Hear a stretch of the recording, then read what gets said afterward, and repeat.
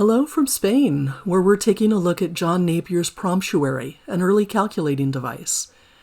This device hadn't captured my attention previously because Napier's bones and Napier's chessboard abacus are so simple and elegant in their design. The bones are mostly just a multiplication table cut into strips, and the abacus involves moving little tokens on a chessboard with doubling happening on each side. Here is the Promptuary. This is the only period example of this device, and it's in Madrid, in Spain's National Archeological Museum. Here are the strips for calculation. Vertical strips contain multitudes of digits. Horizontal strips are perforated to mask off the digits you don't need. The answer to a multiplication problem is read diagonally off the perforated strips. You can multiply two very large numbers quickly and easily if you have a set of these strips. The challenge, as I see it, is in making the strips, which is why I've always been drawn to Napier's other devices with their simpler construction. After seeing this Promptuary, however, I took a closer look and found that it too is elegant and not as complicated as it appears at first glance. For anyone wanting to know more about its construction and use, I will link videos from other channels that have covered that topic in the description below.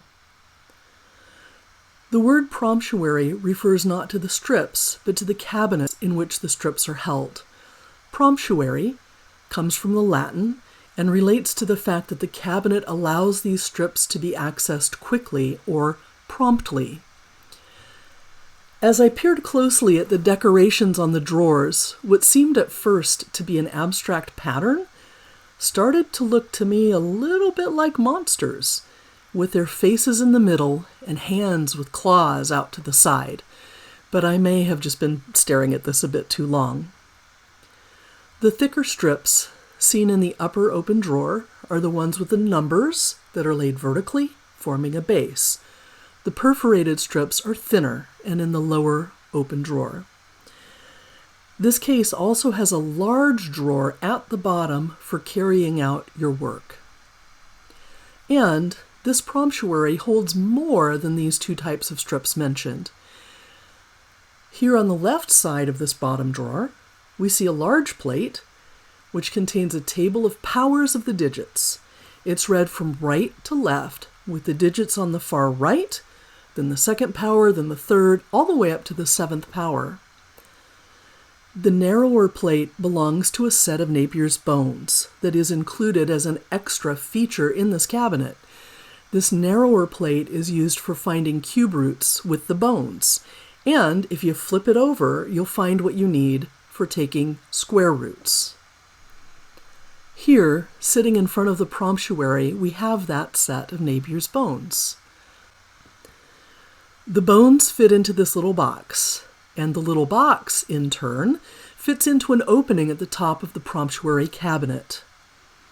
If you look closely at the top, you can see that there's a lid that's been left a little askew, so we can see inside and see the space for the bones. So all the pieces can be put back inside the cabinet. The cabinet doors can be locked. You can see a keyhole in the middle of this door. Notice that nothing has been wasted here. Inside the doors are mathematical reference charts. On the left, we have another table of powers. The digits are listed on the left-hand side of the chart, and then we see second, third, fourth, and fifth powers. The door on the right contains a reference as well, but this piece of the Promptuary is damaged, and I wasn't able to make out what it references. My best guess is numbers relating to geometrical shapes, polygons or polyhedra, perhaps. Again, this is the only period example of Napier's Promptuary in the world, as far as we know. So if you get a chance to visit Madrid, be sure to stop in at the National Archeological Museum to take a look at this beautiful, elegant, useful device.